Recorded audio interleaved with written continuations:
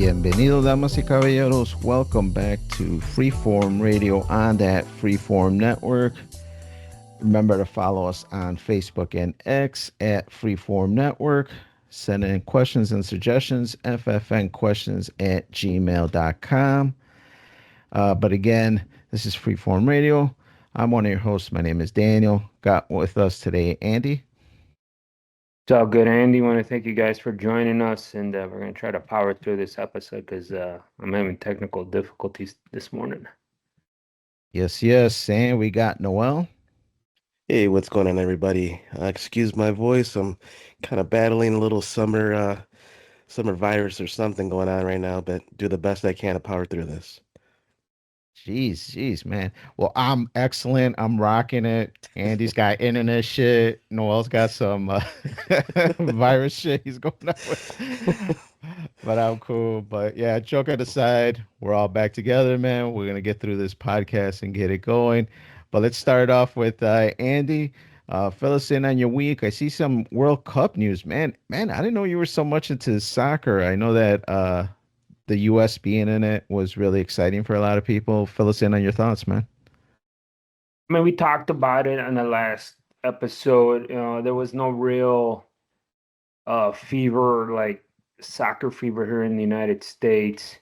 And it's North America basically is out as this recording. US and Mexico are done. I watched the Mexico lost, and I watched the USA ones just because there's people were talking about it at work because there's a lot of soccer fans there, but America was like, eh. And then the Mexico lost to England, and then US lost to Belgium.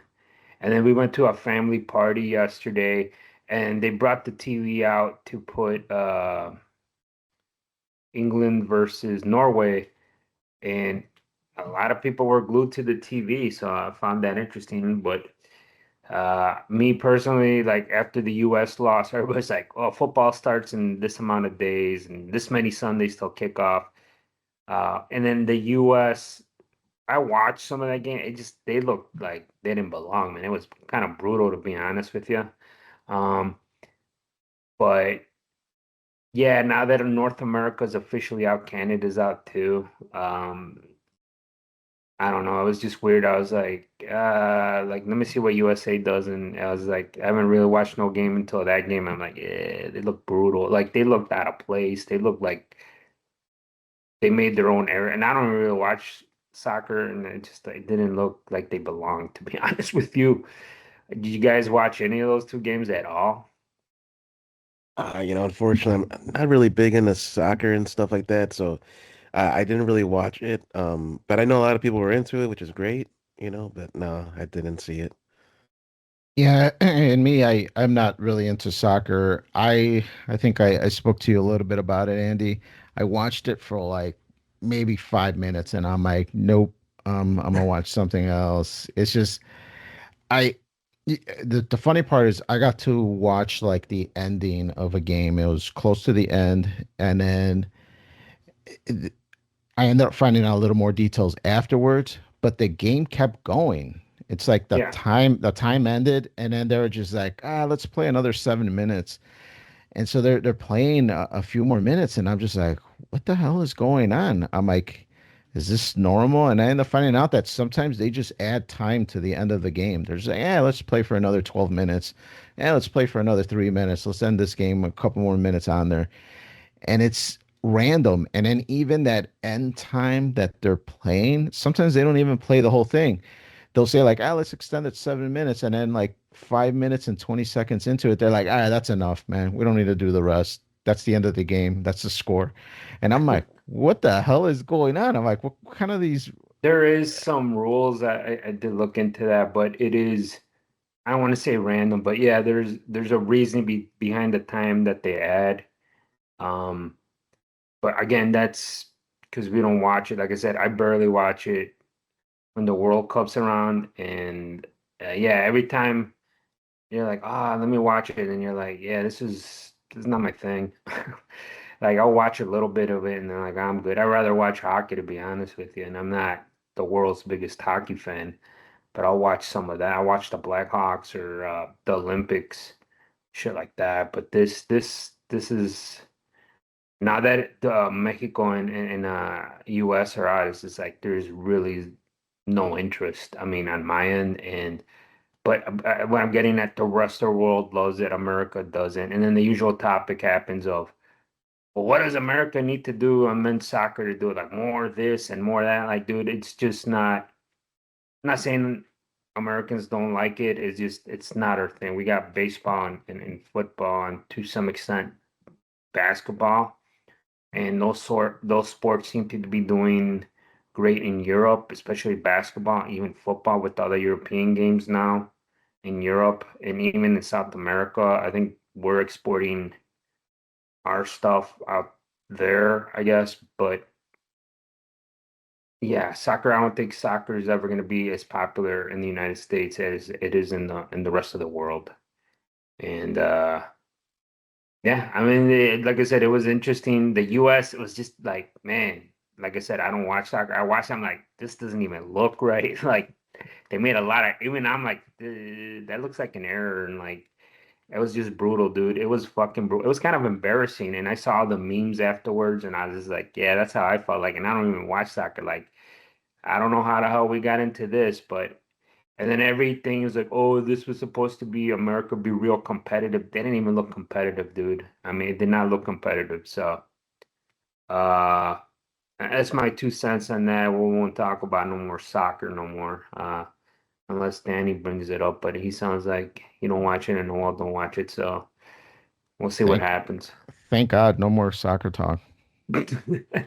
I was looking at the we'll find out when the numbers are like yeah we had a dip and people stopped listening when we brought up World Cup. Right? Anyways, uh the other thing I wanted to talk about is this freaking Iran war, dude. Like when is this shit gonna end? I'm like to the point where it's like it's fucking with our money, my money anyway. Um I bought a new truck, but the interest rate is a little bit high, and the gas went up again after this fucking 100th ceasefire just went down the drain. And then Trump's like, ceasefire is over. And then I heard last night he bombed the shit out of them again. I don't know, dude. They need to wrap this shit up. I wonder what's left. I mean, like, is he gonna send troops in there? And my gut's telling me he's probably gonna send fucking troops in there to just take over this fucking thing. I don't know, because he killed more leaders. I'm like, he keeps killing all these leaders and nothing ends. So who the fuck's running the country? You know? Yeah, for sure. It is kind of weird. My 2 cents on this, Andy, and I don't know a lot. I don't pay that much attention to the world news because quite honestly, it's depressing. But the little bit that I do pay attention, my guess is Trump is exaggerating on these ceasefires and these peace talks. I think he exaggerates to kind of put the American people at ease that things are going well. But in actuality, Iran's like, no, we're not doing that. No, we're not doing that. And no, we're not doing that. But in the back end, Trump's like, yes, guys, things are going well. We got a treaty going. And Iran's like, no, we don't. Boom, bomb. No, we don't. Boom, bomb. And so then Trump looks like a punk because he's like, well, is there a treaty or not? Because Iran is still bombing these ships for trying to pass. And then so then US has to retaliate. Oh, we got a peace treaty again. And then Iran's like, no, we don't. Well, Boom. yeah, there's two things going on. There is some sort of a ceasefire. There is this memorandum or memo they're going to talk about, and ships are going through. And then, like, Iran says, oh, the US fucking put a soldier here or whatever the case, and then they bomb, and then they're bombing their Middle East neighbors, and then it comes to a point where like, what the fuck's going on? Like, who's making these decisions? And I don't know that whole thing lately. There was this NATO summit, and Trump went to visit the guy in charge in Turkey, and they gave him this big welcome. and there's like talks that Turkey is gonna do something to Iran, and Iraq's doing some shit because they've been at war on and off forever. So there's some shit building up, and I think there's gonna be troops, and then yeah, it's this shit. I thought he wrapped it. I don't know. I don't know what to believe, Iran or Trump, but there has to be some truth that they have some form of agreement. It's just the details. And then the mullahs who are in charge, they're Trump, just like, nah, fuck this. Let's just start throwing fucking missiles. Because to me, they're holding their money up, the rands, the sanctions, and they keep killing all the leaders. All these people report it. So I don't know what the hell, or I mean, there's other reports saying there's two people, there's two form of people who are the reasonable ones, and then the people in charge, like the mullahs and the guard, and they're like, "What? We're close to a deal or something." Like, no, we can't let this happen because we're gonna look weak. Because then if that happens, they have a revolution and those people get thrown out. I don't know, dude. It is just fucking weird. Every time there's fucking missiles explode, I just know that prices go up. It was literally under $4. Now it's over $4. And I'm like, and I'm not talking about like a nickel here. I'm talking about like 10 to 15, 20 cents. So that really impacts uh people going to work and all this other crap. So I don't know. I'm just like, I'm fucking done. I'm like, it comes to a point like, what are we doing here? Now you're, as you say in poker, you're pot committed here. So now you gotta fucking win and win at all costs. I like the words he used, unconditional surrender. Like that's terms thrown from World War II. Um, so that to me is like shit. Like he's serious. To me, that means there's gonna be troops if he doesn't get what he wants. And then ultimately, I think the U.S. is like the Panama Canal. They're gonna be in charge of fucking the Strait of Hormuz soon. So we're gonna be paying. People are gonna be paying tolls to the U.S. for that shit. But yeah, it's the war needs to end. I'm fucking done. It's fucking with money because I got the other thing real quick. I purchased a new truck. Uh, I just upgraded from my old truck to the new truck, and then we got pre-approved some interest to see where the interest was, and I haven't bought a new vehicle in like fucking 10 plus years, so to see all the back and forth in the with the banks and all that. And I was like, this shit's expensive. Vehicles are more expensive, and it is to a point where I'm just like, what the fuck, man? Like, and I keep blaming. I keep going back to this Iran war because everybody's uneasy about it, you know. And I wish Trump could just say like it's over, like he did with the beef prices. Like I instructed Walmart to lower cost, and now he's going after the oil people to lower the cost on gas. Yeah, that was like the recent thing the other day when I was at the gym on the news that he's gonna have some type of audit or review of these oil companies to lower gas prices. Maybe to see if there's some price gouging. Yeah, no, it is crazy because it is. I saw something. I forgot what it was, and we're gonna talk about gaming later. But yeah, the PlayStation 3, which was a humongous cost, it was like $600 when it launched. They're saying that if the PlayStation 6 releases at $1,000, with inflation, that's about the same. So if people had an issue with $600 for PlayStation 3, $1,000 is about the same. So yeah, inflation is it's real, man, and it's crazy. Like I said, my truck that I bought this year, it's a used one. It's a 2024. The truck I had that was before that was a 2012. It's the same brand, same model. It's just a newer version. And I paid in 10 years $15,000 more than what I paid for it back in 2016.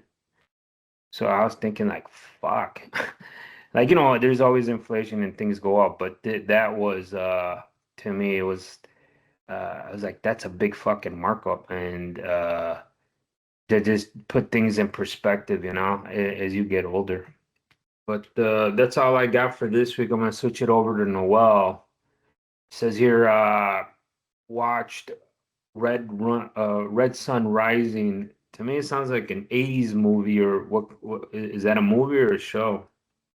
Yeah, yeah, it's a movie. Came out in the 90s actually. Ah, Don the Dragon Wilson's the main yeah. actor in it. So yeah, if anybody who knows kickboxing and stuff like that, Don the Dragon Wilson's, famous kickboxer turned actor. Um, Better kickboxer than actor, but nonetheless, it was a cool movie to watch. I remember this as a kid. I think I was like 6, 7 years old, and I don't know, for whatever reason, I was like super into martial arts at the time, and I liked this movie. And so years later, this is already 30 plus years later, I decided to watch it again, and it was good. It was funny. It is listed as a dark comedy, kung fu action movie, and the actors in it, pretty decent actors. Got Michael Ironside. He's been in Scanners. He was in the one with Arnold Schwarzenegger, the one where they're in Mars.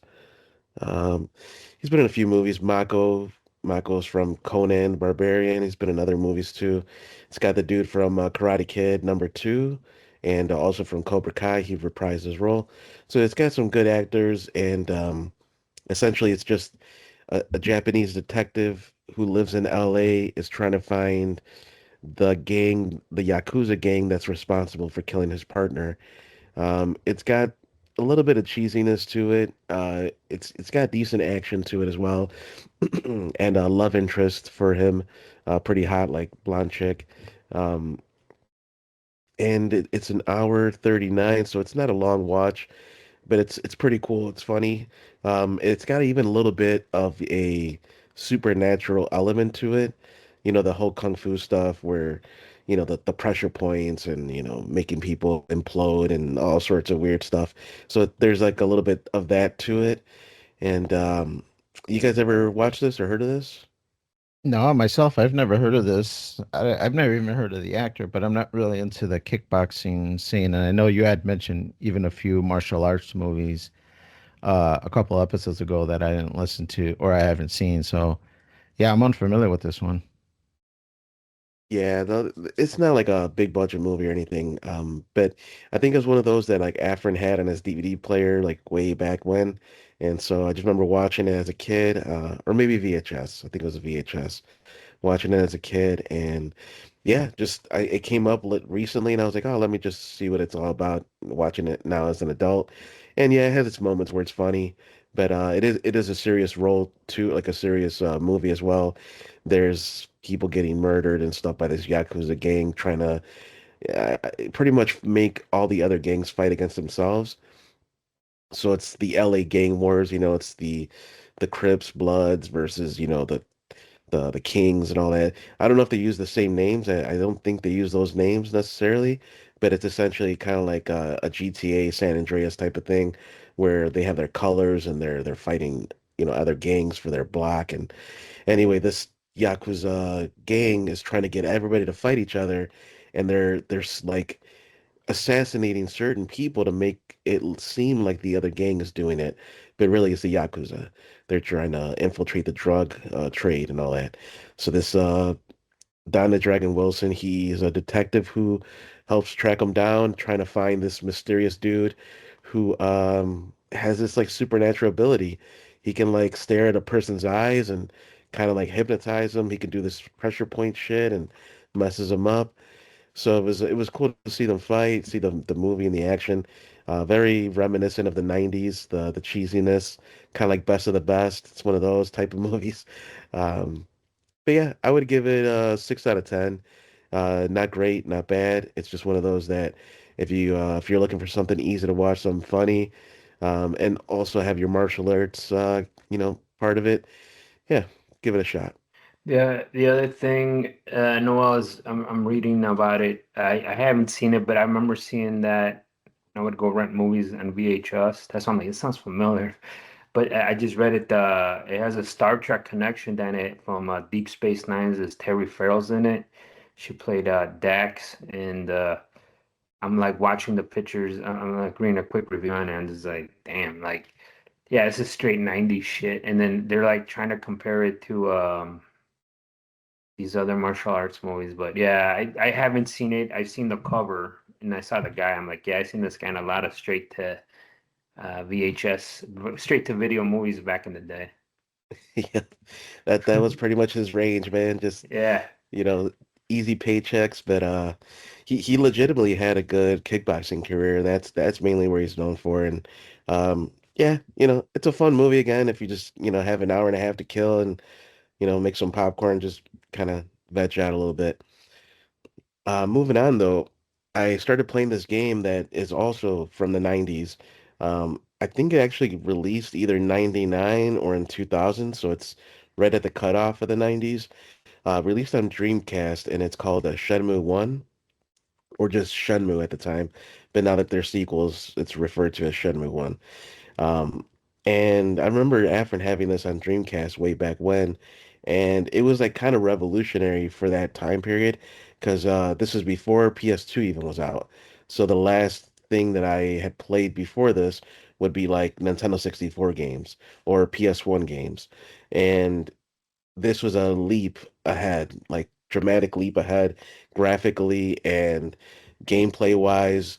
Um, there's an open world, there's exploration. The setting is in Japan and in the city, so you're kind of, traveling through this different city streets and the people that you interact with, everybody has their own little like dialogue that they talk with you, and you could ask people questions and investigate, and you're essentially trying to find more information to get revenge on the murder of the main character's father.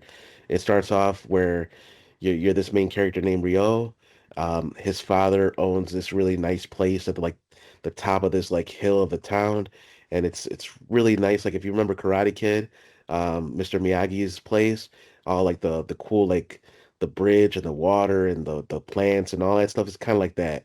Imagine that environment, very nice Japanese like aesthetic, and he has a dojo as well. He's like a karate martial artist, and so very renowned. He's like a master, and he taught his son everything he knows. And so anyway, one day these people come trying to look for this very valuable artifact. It's like a mirror, and they call it the dragon mirror. So they try to get this from Ryo's father, and he tries to fight back. He ends up getting killed. They steal the mirror anyway, and then Ryo's just trying to figure out what the heck happened because it was a random day to him, just another day, average day, and all of a sudden everything is upside down, and his life has changed forever. And so he has no idea who those people are. His dad's passed because it's obviously tied to, years ago when his dad was younger and involved in stuff. So you're kind of trying to track down, this gang essentially, and it turns out the gang is from China. It's from Hong Kong. So at a certain point, after you're throughout your investigations in the city and you're talking to all sorts of people, trying to track down information, you're fighting, you're doing martial arts.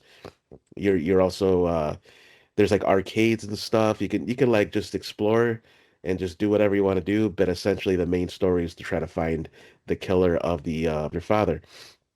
So they find out, and right now I'm towards the end of the game. I'm about to beat it, maybe about another hour or so in it, and I'll finish it.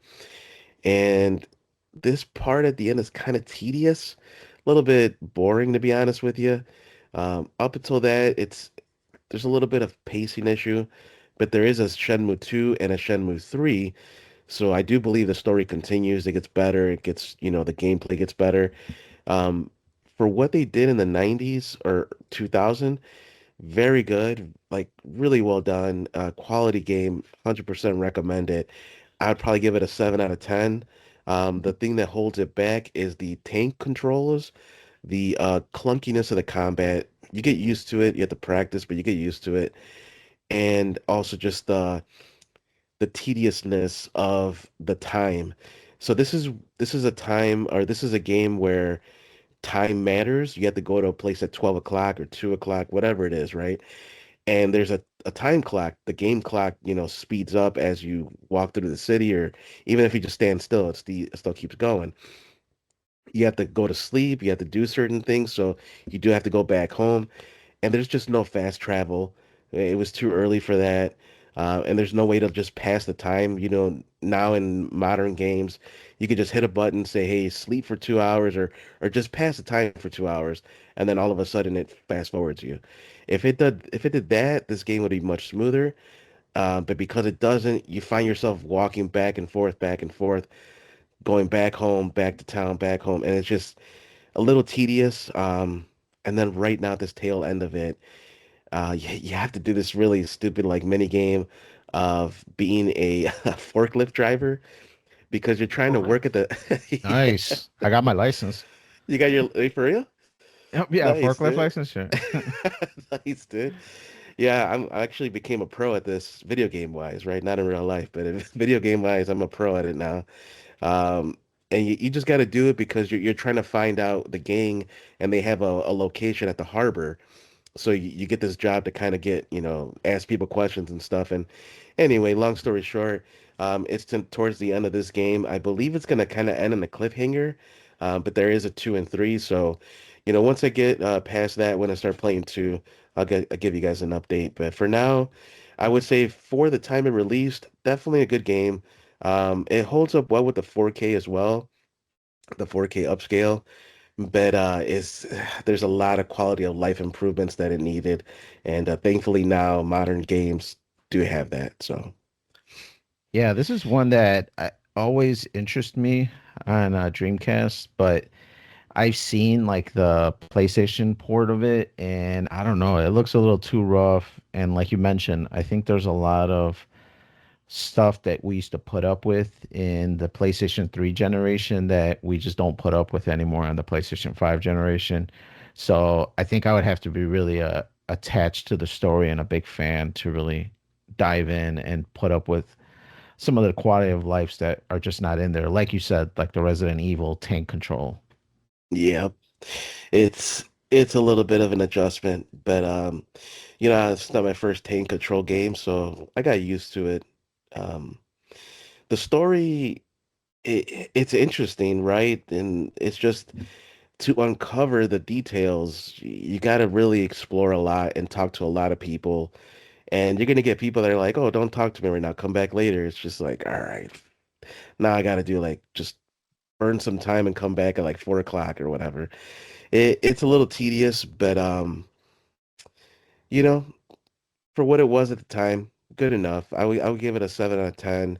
I'm looking forward to Shenmue 2, but we'll see how it goes.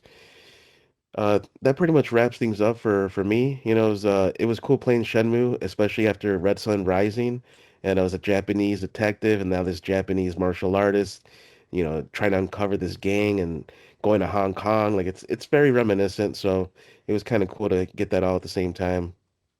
But moving on to you, Daniel. It says here, "Are you a character?" Now, what does that mean? It's Uh, mysterious. oh yeah, I have wrote that because I was listening to this podcast and they were making light of that when you are a podcaster, sometimes you're a character and you're not a truthful person. Maybe not so much that you're lying, but you exaggerate, for the sake of the show, or you are more outspoken for the sake of the show, more than your personal life. So I just wanted to pose the question to the group. Now, I guess maybe I'll start off with myself just to be open and with this question. I feel that I am somewhat of a character to the point that I hold and reserve some comments that I know I have opinions on, but maybe are not the popular opinion of the world or maybe of the audience. So I hold back and I'm more selective on what I say. So in that sense, I am somewhat of a character because in a private setting, I might be more open depending on who I'm speaking with. Kind of like if you're at work. Like if you're at work, you hold and say things in a proper way.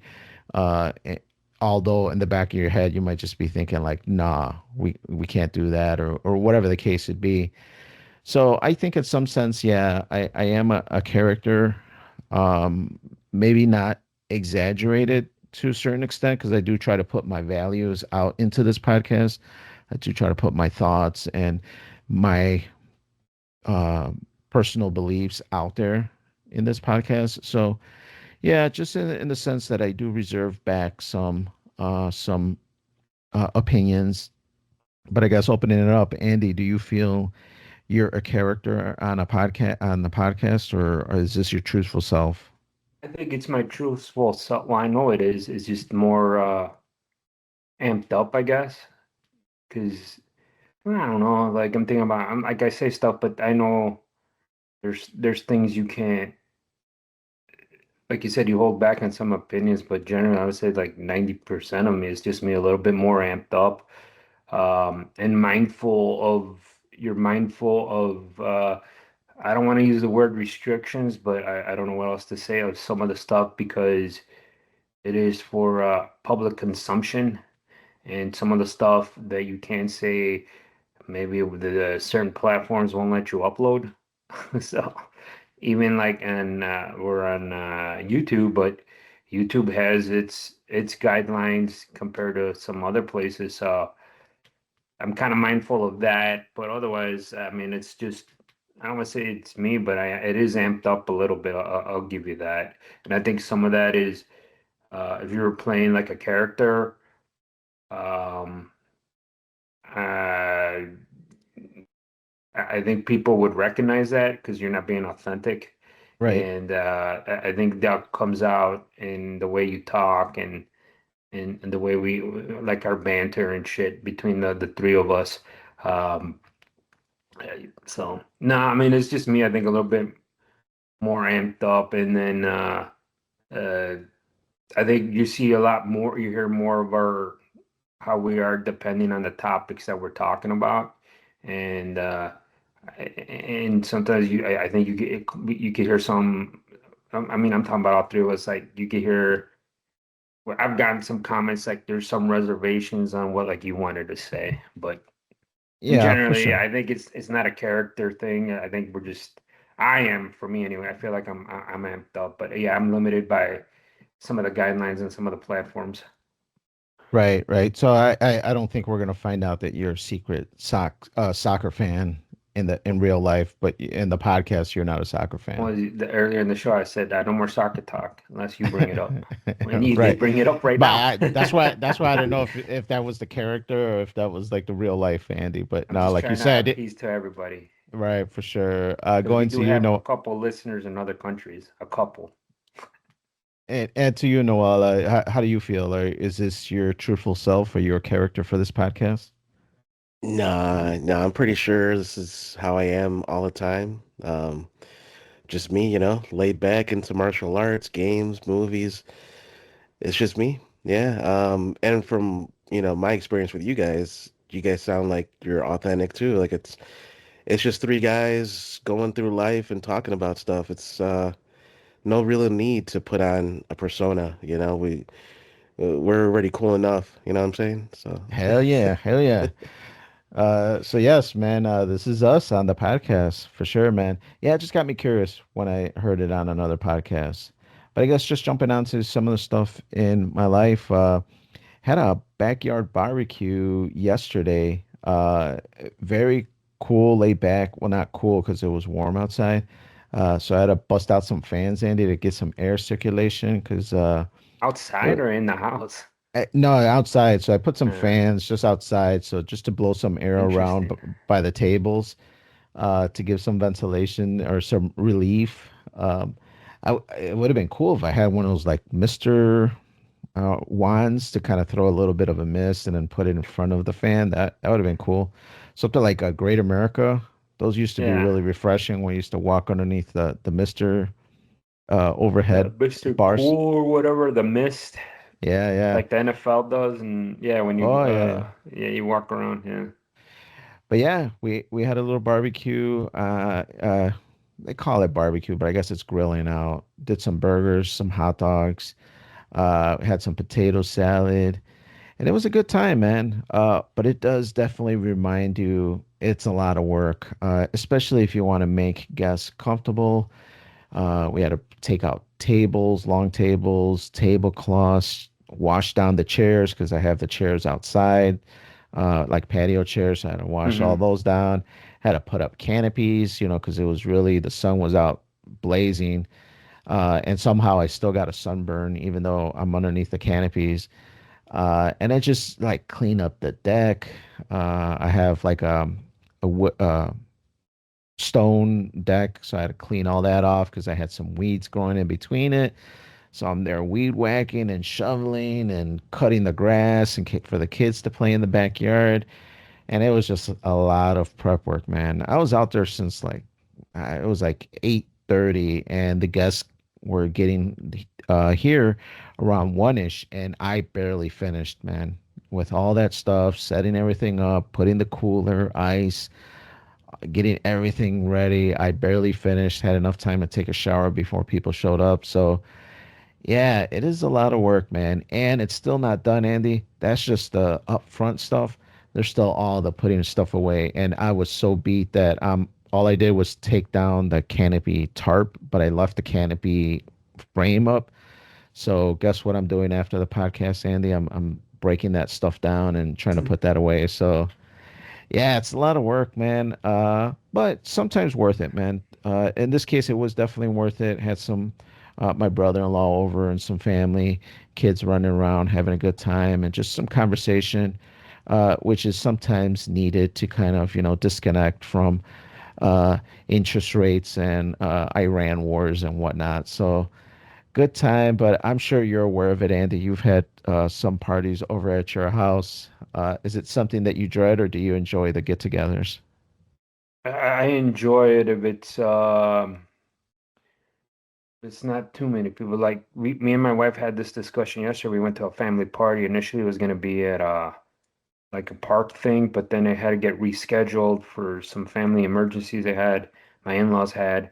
So it got booked to this date, but then they switched it to somebody's house. And I thought it was gonna be low key. There must have been 60 to 80 people there.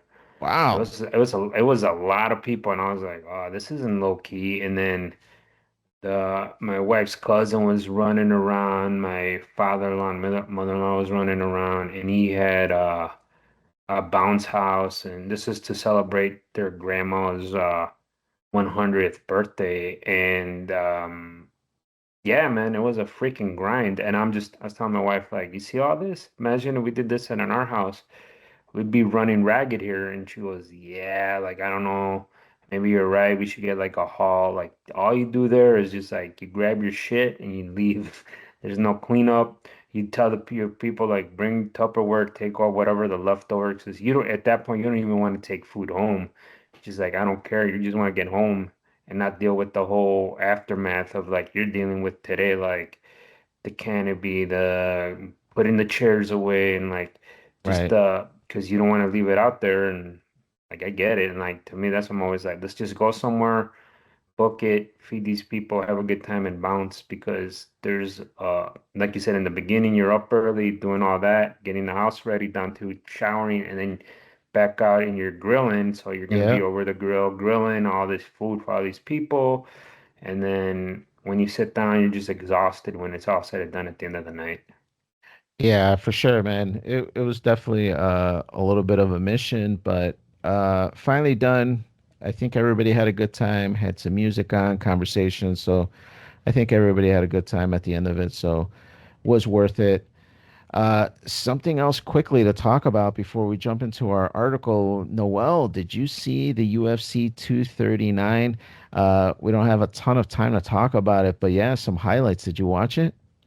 I did, man. It was interesting night. Interesting night to say the least. Yeah, I got suckered into watching this thing super early. It said it started at 6 or something, so I put it on, turned it on at 6, and then by like 9:30, I'm like, man, there's still three more fights before the main event. I'm like, I'm done, man. I'm gonna watch it in the morning and just watch what the hell happened. Uh, did you get to watch the entire card, and did it live up to your standards? Some fights did, and the last fight unfortunately did not. So the Paddy Pimblett versus Benoit Saint Denis fight, that was the co-main. Um, it was interesting. Like the guy was being hyped up to be, the guy to beat Paddy Pimblett. He's been on a tear. He's been winning and winning. So Paddy Pimblett came off a loss against Justin Gaethje, who just won this past month at the White House. So it was like I was really curious to see how this fight went. And Benoit Saint Denis got choked out completely, like unconscious. So that was in the first round within like the first minute or two. Did not see that coming. I actually lost a bet, so I owe Taco Burrito King to a coworker now. That's Nice. an expensive bet. Uh-huh. It's not that bad. Actually, it's cheaper than what we would normally do at Buffalo Wild Wings, so it's gonna be cheaper a little bit. I was actually excited about that one. I don't know all these characters' names, so I'm just pulling up the card on the window here. And yeah, that guy, that Patty guy, he looked really hyped up, and I'm like, man, this is gonna be a good fight. And it's kind of sad that it finished in like a minute, but yeah, he looked really hype, and I'm not sure if it was worth it. I don't know a lot of these people, but I gotta say, man, a lot of the fights, man, they ended like KO, TKO. It wasn't, Submission. yeah, it wasn't like a 5 round go to decision kind of stuff. So I don't know, man. These guys are animals, man. They come out and they're ready to fight. Yeah, it was a good night of fights. It's just the main ones that were hyped up, the last two, the co-main and main, they didn't turn out how people thought they were. At least not to what I was expecting, especially the last fight. The Conor McGregor fight was the one that was the most hyped. He has been off for like about 4 or 5 years.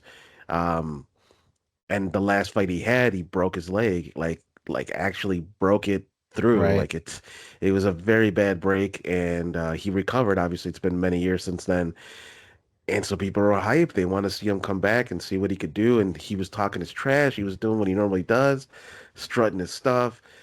This guy doesn't need money, he's got money already. But apparently, people were saying that there's a lot of theories, right? There's a lot of theories, but he ended up losing within the first minute of the first round. The very first kick he threw, he was trying to do like some kind of like jumping Liu Kang kick, and the way he landed, his knee torqued like outwards, or would it be inwards? The way he landed all his weight on one knee, definitely did something to it. It probably tore something or sprained something, and he just couldn't, really recover from it. He tried to like plant on it and do through throw punches and stuff, and it just kept slipping, or he kept like just wincing in pain. And Holloway, credit to him, man. He's a true fighter, and he also knows what it's like, and so he doesn't want to beat the crap out of this guy if he's not fully there, if he's not fully healthy. So he's like, yo, stop the fight. This guy can't fight. And he keeps telling the ref, and the ref's looking at him like, gotta fight, keep fighting. So he's fighting, he's hitting them and all that. He's doing some damage. And then he's like, all right, get up, man. Like, let's fight. And McGregor trying to throw a punch. Again, his knee buckles and he's just wincing in pain. And then the ref's like, nah, yeah, you can't fight. Like, you literally cannot. You can't even throw a punch because you can't put your weight on that leg. So they called it off. Really upsetting. Like a lot of people were, bummed out. And then people that bet on Connor, I mean, he technically lost, like it's not a Right. loss like you typically lose, but it's a loss nonetheless. Yeah, yeah, for So sure. some So people are do like, I you bet a house on it. I'm like, dude. so you don't take up the theory that he was faking it? Because to me, I the way you just described it is the way the Connor is presenting it. When I saw the highlights this morning when I woke up, I'm looking at it. It did not look like that to me. Now he did come out crazy, like you said. He threw like 3 wild kicks at the very start. And one of the theories that I read is because allegedly it happened on the very first kick that he did. He did like some roundhouse trying to do like that Ryu spinning kick and shit in the air. And then he got messed up. But then his very second kick was like this, like he was trying to do like this roundhouse thing. And I heard some MMA fighter put on social media, he's like, you would not be able to do that kick if your knee was jacked up. And he did two of them. And he's just like, so did he aggravate the injury more or is it all fake? And so there's a lot of people saying that he's faked it. And he's come out since on social media and saying, no, this is legit. This happened. My knee gave out. So I don't know, man. I don't know what to believe. Now I know Conor McGregor, he's like a reborn Christian now. He's like really into Jesus and the church and all that. So I'm not calling my dude a liar, but I don't know, man. It looked kind of fishy. I gotta say, when I saw his face, last thing, I'll let you jump in before we jump into the article. When I saw his face, like the pre-fight stuff, he looked a little like bloated and fat in the face. Now, granted, he has come up weight. He gained like 30 pounds since when he first debuted. To me, if I gain 30 pounds, I'm gonna look like shit too. But yeah, I just don't know if the extra weight was a lot for him, and too much for where he's just not used to being that heavy as a fighter. Yeah, no, 100%. This is also a guy that's super rich. You know, he fought Mayweather and I don't know, Right, $100 million. He also sold his whiskey brand for another 100 million. So this guy does not need money. He's doing coke and banging hookers and doing all sorts of stuff on his yacht. So yeah, he is bloated and he looks fatter, but I think that's part of it is aging, part of it is his lifestyle, and then just also being at a heavier weight class. I think this was a 170-pound fight. right. And that's just for weigh-ins. After that, you gain more water weight back and all that. So he probably was at 180, one something. And based on the way he landed, I've seen the replay many times. I think landing like that and the way he did with the way his knee turned a little bit with 180 pounds, I think that would do some damage, man. He landed awkwardly. And it reminds me of Sid Vicious when he broke his leg, Right. jumped off the turnbuckle. He's jumped off turnbuckle so many times, but he jumped on it, landed on one leg, and boom, popped his shit. So that's what it reminded me of. As soon as that happened, I'm like, dude, just like Sid Vicious.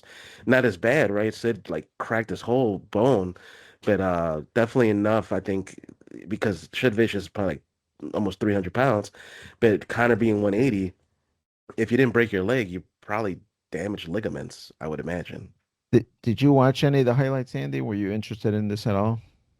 No, I mean, I didn't even know he was fighting until I think Saturday afternoon. I saw this shit, the hype, but then I'm like, it was a lot of people. The things that I saw were shitting on McGregor. So, like, why is he coming back? He's had a 5 year hiatus.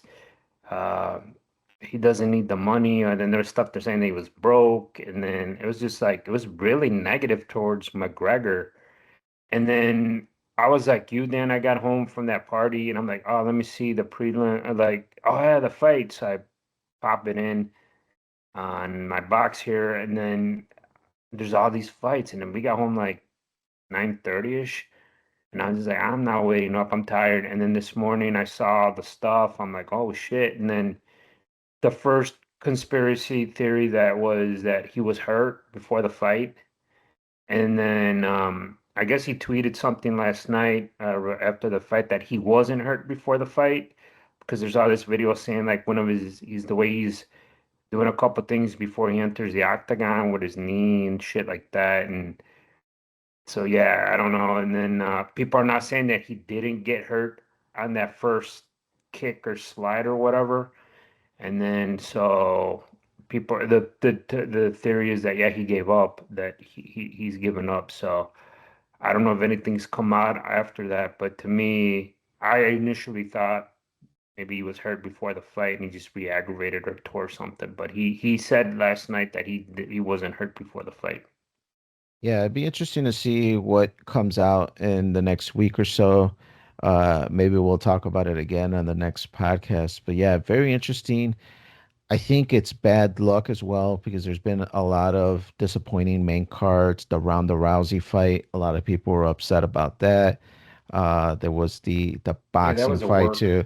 There was the boxing fight as well. There was with those two brothers that were social media now. One's in WWE and now the other one's a boxer.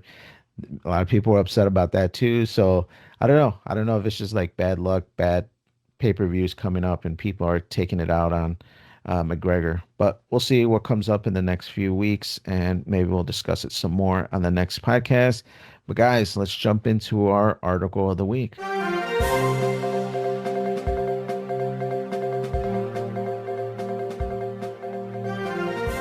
right, man. I know, Noel, you weren't on one of our last recordings where we talk about something else Sony did, but in this article, Sony will stop making disc-based PlayStation games in 2028. This man came out and kind of rocked the the world, in particular for Sony.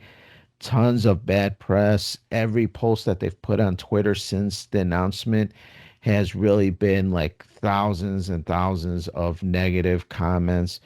But yes, this week, Sony has announced that PlayStation is going all digital with physical game disc production being discontinued starting January 2028. I won't read the whole article, but just a few other key points. Sony is shifting says that their decision is a response to shifting trends of consumer preferences. They also make mention that the secondhand video game market will obviously take an enormous hit if people are no longer able to trade in unwanted PlayStation games. So retailers are going to feel some of these negative effects. But gentlemen, before I give some of my thoughts, because I got some thoughts, why don't we open it up? Andy, this kind of falls into an article that you brought in. Sony took off some digital stuff off their store and took it off of people's PCs, and what they are unable to play it.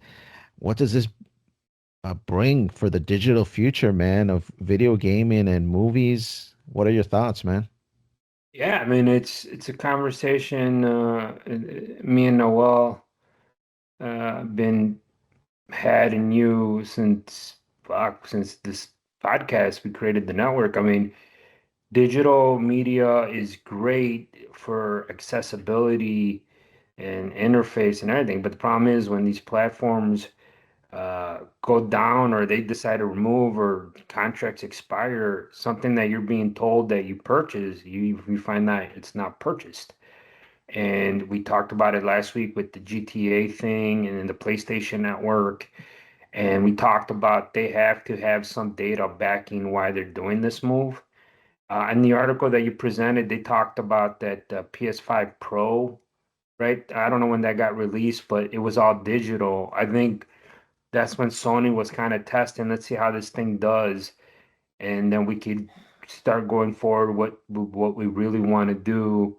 And I think it sold good. And then they in the article says that their digital sales outperform their physical media sales. I don't know if anybody's ever seen those numbers, but I would like to see that, and that's why they're going towards this uh, trend or whatever going forward. Microsoft, we just know we heard what they went through with the studio closings and layoffs and really pushing the streaming stuff. So this is going forward. This sounds like the trend. And in the meanwhile, in the movies, physical media is making a comeback. DVDs and used DVDs and Blu-rays and 4K. All that the sales are kind of pointing upwards because the platforms where people watch, they're get removed. They're hard to find. Some of the older, obscure or like cult movies, cult classics, and they're edited, or you got to pay a subscription, and it's not as easy. Um, or they remove them, and then people like are popping in disc.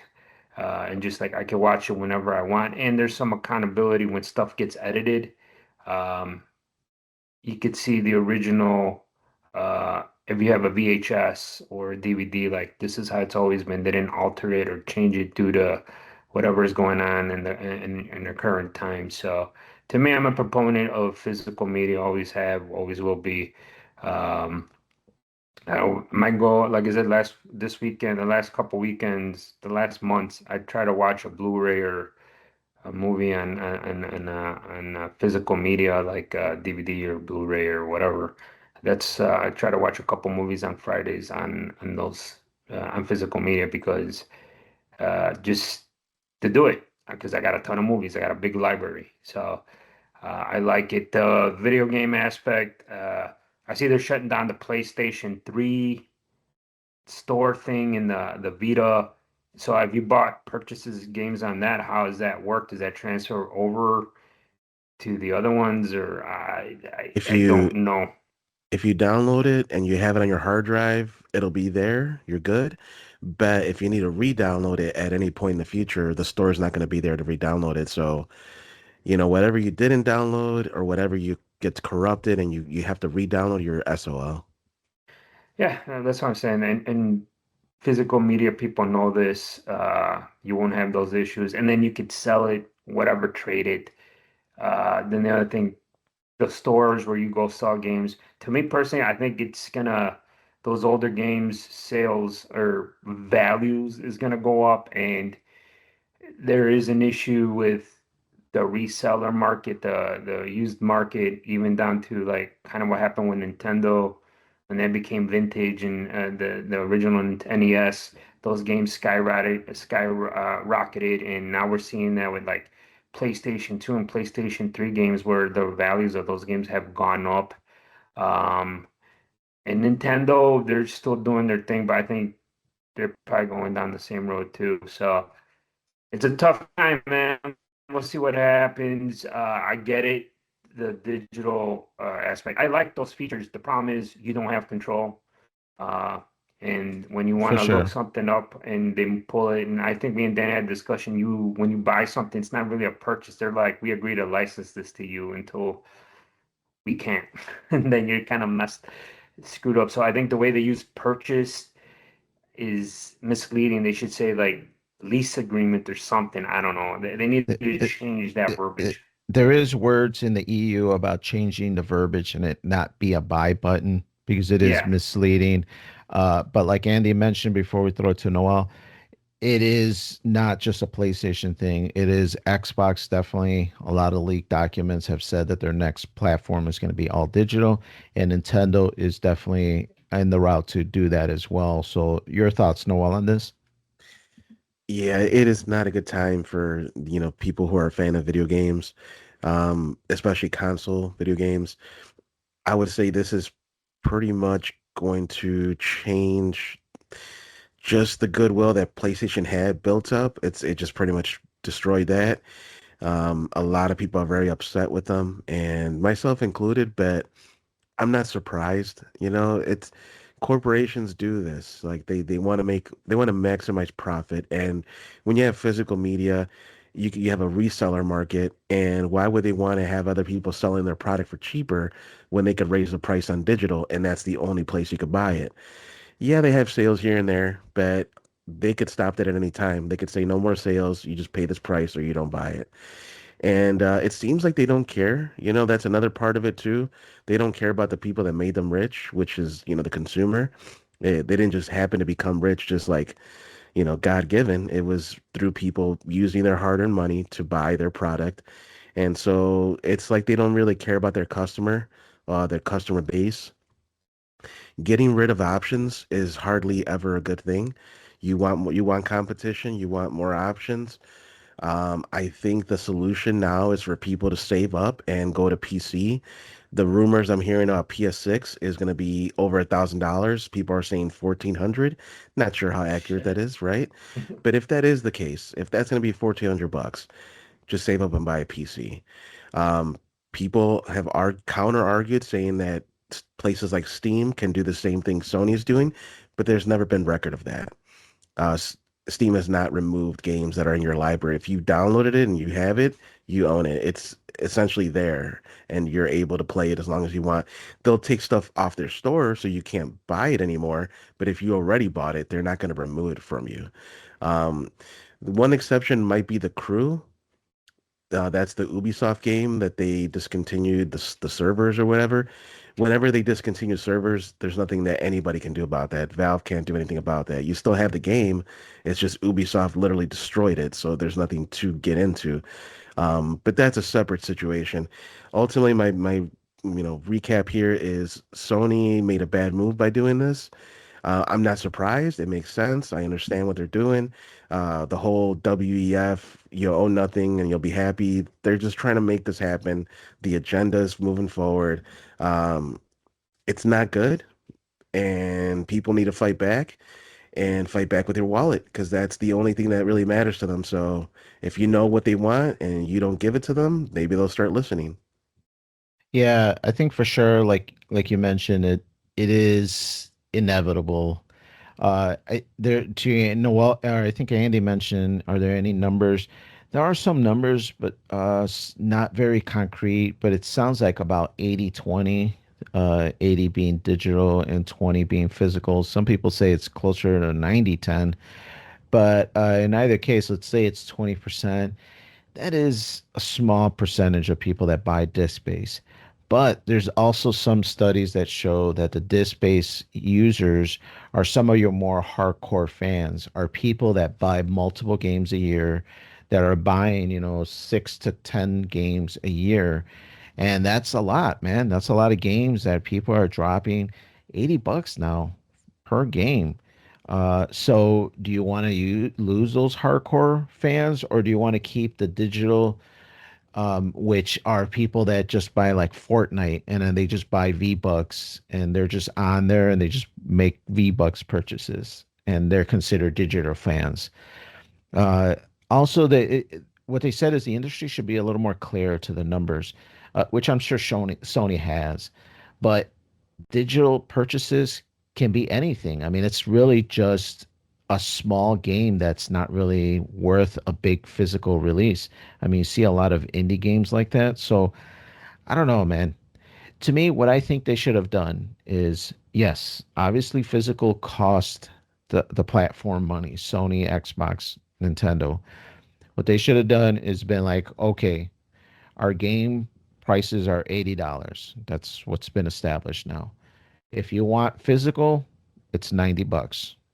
10 more bucks for physical users. It sucks. We hate to have to do this, but the percentage of physical users are just not big enough for every person buying a game to subsidize the cost of buying it physical. So if you're buying it digital, it doesn't cost us as much. $80, physical 90. And I think this transition would have happened naturally because maybe some people, cheap asses like me, I'd be like, ah, man, I don't want to pay an extra $10 for physical. And I might hold off because the market is going to have less physical. So GameStop is not going to be able to discount the price. So I'm not going to be able to go and buy this thing physically for a cheaper price. I would have to wait for a digital sale. And I think the market would have slowly just moved into that direction by itself. So, yeah, it sucks. I'm a physical consumer of games, not so much movies. I can't recall when was the last movie I bought. Probably the Superman, uh, the reboot before this last one with the hell's that guy's name? Kelly of whatever the hell his that gamer guy. But yeah, What? what the hell is that guy's name? What, the Calvin? Superman one? Kal-El? No, what's the last Superman actor? The last reboot before this The one this with the most recent? dog with Crypto? No, before this last recent one. Caviezel? Is that the guy's name? Caviezel? That doesn't sound right. Henry Cavill? Henry Cavill. Cavill, There, that yeah. that guy. With the mustache? That guy, yeah, the mustache gate. But that was the last physical movie that I bought. And that was a while ago, man. So I'm not a physical movie purchaser. I've I've gone to the convenience of Netflix streaming it, which sucks as well because there's a lot of times I want to watch something and I either don't have the platform or I can't find it anywhere. So definitely something where gaming, I was still holding on, but I think I'm just gonna have to move digital. I know Noel brought up that point about moving over to PCs, but I think even if the console's 1,400, I don't think you could get 1,400 PC that's great and can play games well. Junior's PC, which I bought last Christmas, was 1,400, and when I went to go look at new PCs that are comparable to his, they've jumped up like $600. So you're talking about a $2,000 computer nowadays. And yes, Junior's PC is half decent, okay, but it was nothing out of the ordinary, crazy where I future proofed it for like 10 years. So, yeah, some very tough decisions are coming moving forward. Is this going to cause me maybe not to buy a PlayStation 6 as soon as it launches? Maybe. I mean, it is crazy. A lot of the pricing is getting outrageous. Uh, Not totally Sony, so I want to preface again, it's not totally Sony by himself. It's everybody. They're all on the same page. One more thing, it's on the number. So if they're committed to not having a disk drive for the PlayStation 6, so you got to look at it this, where what they're cutting costs. So this new price range is how much are they saving by making it all digital, and then you're not making disc, or you don't got to pay people to press the disc. So supposedly you're reducing costs, raising pricing. So I always thought like, why don't they? What I thought they might be doing is what you kind of see in the last couple of years. People will release limited edition runs of hell VHS tapes, Nintendo NES, like 8-bit tape cassettes, and limited run DVDs and all this. I thought they would do something for games. They limit it, jacks up the price, creates demand, and then for people to buy shit. But I don't think they're doing that, or maybe it sells depends on initial sales on the new PlayStation 6. Maybe they'll release like, oh, here's a special limited edition fucking disc drive one so you could retro play your other games. I'm assuming it's something like that, just to create demand and like, oh, you can't get it. Kind of like Nintendo is notorious for doing, like, created this illusion of shortages when there's not. So that's the only thing I could think of. But you got to look at numbers. I mean, maybe you could research it on the internet and see what really is going on, but they have to have some data, or they're just trying to maximize their return on their investment by just cutting costs everywhere. And one of their biggest costs was printing disk and getting cases and printing stuff. So, and that's like, if you got a seller sells 2, 3, 4 billion games, and you eliminate 50 cents to a dollar, you're getting all that back on your return. That's a big difference. Yeah, I don't think people have to worry about playing disc based on PlayStation 6. There's going to be some kind of external Or an device add-on. to play, Yeah. some kind of add-on that they're going to sell on the side, some external drive. So I think people still be able to play PlayStation 4 and PlayStation 5 games on their 6. But yes, I don't think they're going to have any native games come out for PlayStation 6 disc based because they're projecting that the new system will come out in late 2027, possibly early 2028. So that's probably around the launch time of PlayStation 6. The hope would be, well, actually, no, they probably won't do that either. I was going to say the hope would be that there will be a PS5 version because there's usually cross-gen. There was PS4 games that, released at the same time as PS5 games. So I was hoping maybe there might be two versions, but even if there is, there's not going to be a disc, so there's no need to make the PS5 version. So we'll see, man. I personally don't think I'm going to get a PS6 now. It just doesn't sit well with me that they care this less. They care so little for their customer. Um, they just dropped this bombshell. Supposedly, other divisions within PlayStation, other studios didn't even know about this. So, God of War LaFay, they made an announcement recently, like it will be on disc because like they want to make sure people still buy it. They don't want to be part of the whole backlash. And there's a lot of games that are coming out that they don't even get their proper praise because people are just commenting all this hateful stuff about Sony, and that studio has nothing to do with it. So it's right now, I think there's a lot of backlash. I think it probably will die down eventually, but it doesn't seem good. It's just the beginning of the end, I think, for the gaming consumer to be in a good place with the industry. Right now, it seems like it's even more of a corporation than it was. There was a little bit of goodwill, there was a little bit of like fandom for Sony, and a lot of these like big YouTubers that have been like diehard Sony fanboys are now even speaking out against it. They are very much physical fans. There's a big following for physical. And the numbers, going back to that really quick, the numbers aren't accurate, and it's hard to be accurate because the way they calculate it. So you could buy DLC, and that's going to be digital only, really. I mean, how else are you going Right. to buy it? It's, downloadable content. So that's going to skew the numbers greatly. Like that alone, there, what is it? Assassin's Creed Black Flag had like $80 worth of digital content. So you could buy this game full price, but then you're getting this digital stuff. So yeah, it's gonna skew even more than the game cost the physical one. So it is what it is, man. I'm not surprised. Again, it's a corporation. They do this. That's their whole point, is to make more money. But the goodwill is gone. Thank God there's alternatives. I do recommend to you to save up for a PC. I think that's the way to go. But people are gonna Uh, do what they're gonna do, man. I don't know. But the funny part about PC, and I know we're trying to get long in the tooth here, but it's digital as well. You can't even buy physical. They don't even have PCs don't even come with CD drives anymore. So I know people are threatening to go somewhere else, but Xbox said they're not gonna have a drive on theirs Hmm. because they don't even own Blu-rays. So they hated that they had to give Sony money to even build Blu-ray drives into their systems. Nintendo, everything is cartridge based, and even these last few games, they sell the physical game, but it's a digital code inside the game. You don't even get Hmm. the game in there.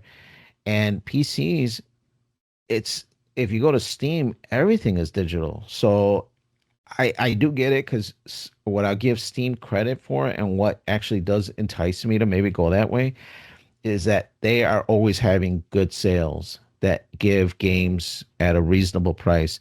And Sony, on occasion, they have good sales, but in a lot of sense, they were doing studies where the physical game was cheaper than the digital game on the store for PlayStation. So, yeah, once they can control the whole marketplace, because you're going to have no other option to go anywhere else, how much are those prices going to hold, and where you're going to have to pay $80 for a long time, and whenever they deem it's necessary they're going to drop the price.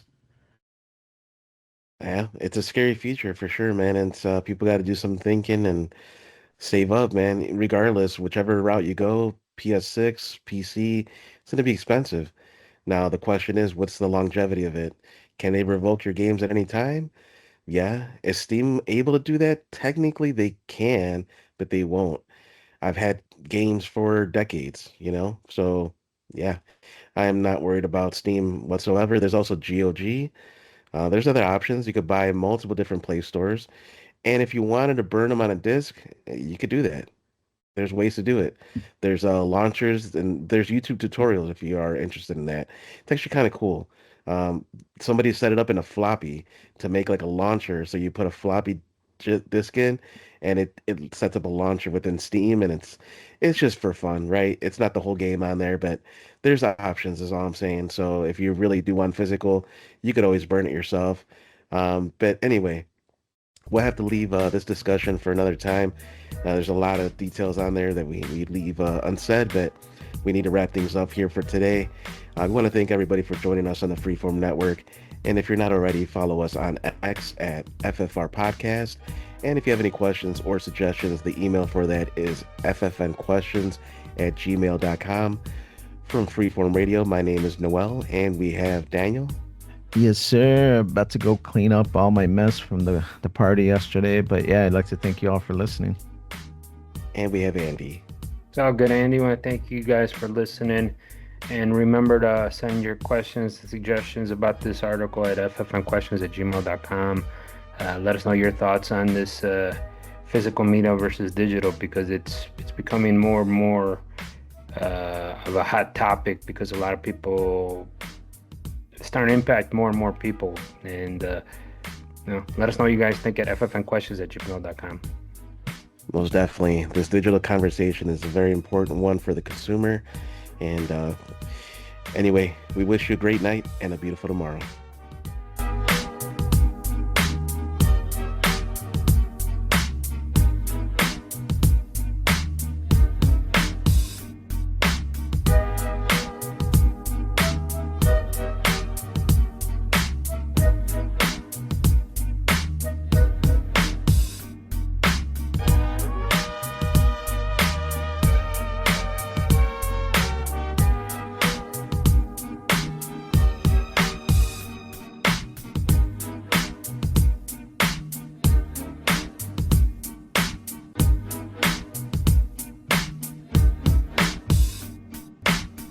was cool, Dad.